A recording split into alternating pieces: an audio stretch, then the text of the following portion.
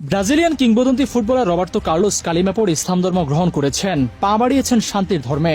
Brazilian football কিংবদন্তি Roberto কার্লোসকে ঘিরে হঠাৎ করে শুরু হয়েছে তুমুল আলোচনা। সামাজিক যোগাযোগ মাধ্যম থেকে শুরু করে বিভিন্ন আন্তর্জাতিক সংবাদ মাধ্যমে ছড়িয়ে পড়েছে একটি চাঞ্চল্যকর দাবি।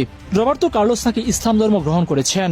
তুরস্কের কিছু সংবাদ মাধ্যম ও অনলাইন সূত্রে দাবি করা হচ্ছে, ব্রাজিলের মুসলিম সম্প্রদায়ের একজন প্রতিনিধি নাকি রবার্তো কার্লোসের সঙ্গে ব্যক্তিগতভাবে সাক্ষাৎ করেন এবং তার মাধ্যমে তিনি শাহাদা পাঠ করেন। এই খবর ছড়িয়ে পড়ার পর বিশ্বজুড়ে ফুটবল প্রেমীদের মধ্যে শুরু হয়েছে ব্যাপক আলোচনা।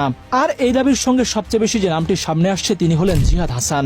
দাবি করা হচ্ছে ব্রাজিলের মুসলিম সম্প্রদায়ের ইসলামী ধর্ম প্রচারকের মাধ্যমেই রবার্তো কার্লোস ইসলামের সঙ্গে আরো গভীরভাবে পরিচিত হন এবং শেষ পর্যন্ত ইসলাম গ্রহণের সিদ্ধান্ত নেন। কিছু পোস্ট ও প্রতিবেদনে আরো দাবি করা হচ্ছে, জিহাদ হাসান এর আগেও বহু মানুষকে ইসলাম গ্রহণের সহযোগিতা করেছেন এবং ব্রাজিল, পর্তুগাল সহ বিভিন্ন দেশে ইসলাম প্রচারে গুরুত্বপূর্ণ ভূমিকা রেখেছেন। আরও চমকপ্রদ একটি বক্তব্য সামাজিক যোগাযোগ মাধ্যমে ছড়িয়ে পড়েছে।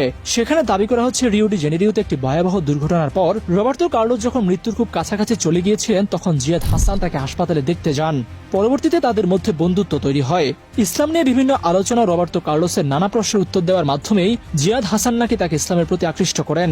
তাহলে প্রশ্ন হলো, কে এই জিহাদ হাসান? রবার্তো কার্লোসকে ঘিরে ছড়িয়ে পড়া দাবির কারণে এখন জিহাদ হাসানের নামও আলোচনায় এসেছে।